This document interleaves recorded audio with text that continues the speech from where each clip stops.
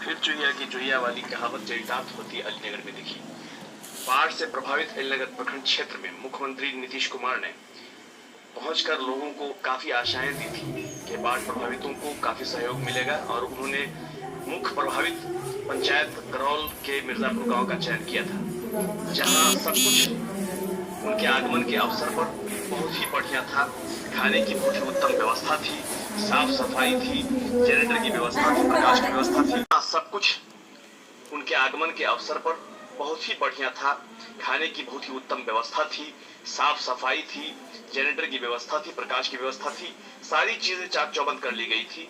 लेकिन उनके जाते ही रात का खाना बंद हो गया, जहां विस्थापित परिवार के करीब 25 लोग बच गए थे।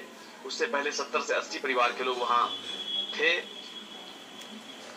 सामुदायिक किचन में रात्रि खाना नहीं बना, और शाम तक खाना का चलने का सिलसिला भी जारी था इसलिए भी, लेकिन लोगों की शिकायत है कि खाना नहीं बना। फिर सुबह का नाश्ता सोमवार को नहीं मिला। दिन के खाने में जो खिचड़ी बनाई गई थी उसे किसी ने स्वीकार नहीं किया। परिणाम स्वरूप 2 बजे के बाद फिर दोबारा चावल, सोयाबीन और आलू का मिक्स सब्जी तैयार करना पड़ा।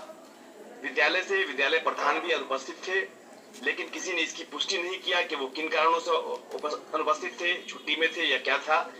तो उस काम को वहां की सहायक शिक्षिका अमीरुन्निसा निभा रही थी। इस बाबत जब अंचलाधिकारी राजीव रंजन से पूछा गया कि आखिर वहां से जनरेटर क्यों हटा लिया गया, प्रकाश की व्यवस्था क्यों बंद कर दी गई, क्यों खाने में इस तरह की अनियमितता हो रही है, तो उन्होंने कहा कि बिजली सेवा चूंकि बहाल हो चुकी थी, इसलिए जनरेटर स्वामी ने जनरेटर हटाया, तो उसे लौटाने के लिए नहीं कहा गया था। जहां तक बल्ब खोलने का सवाल है, तो शिकायत मिलते ही बल्ब लगवा दिया गया है। खाने की शिकायत पर उन्होंने कहा कि जो गड़बड़ी हुई है उसकी शिकायत मिलते ही काफी सख्ती की गई है, अब इस तरह की गलती दोबारा नहीं हो। अब देखना है कि शिविर में 25 परिवार के जो सदस्य हैं उनके लिए अगले दिन फिर किस तरह की व्यवस्था रहती है।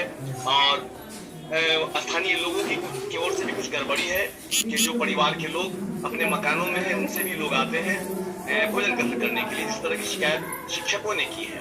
तो कुल मिलाकर मुख्यमंत्री के आगमन के बाद लोग यहाँ काफी अच्छी उम्मीद, काफी अच्छी आशा कर रहे हैं कि राहत कार्य में काफी बेहतरी आएगी।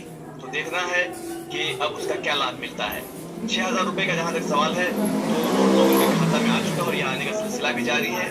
आज स्थानीय पंजाब नेशनल बैंक में काफी भीड़ भाड़ थी, कुछ लोग मेरे खाते में 6000 रुपये आ गया है और कुछ लोग यह जानने के लिए आए, किंतु बैंक में कर्मियों के अभाव के कारण बहुत सारे लोगों को बिना पैसा राशि निकासी किए हुए भी लौटना पड़ा है।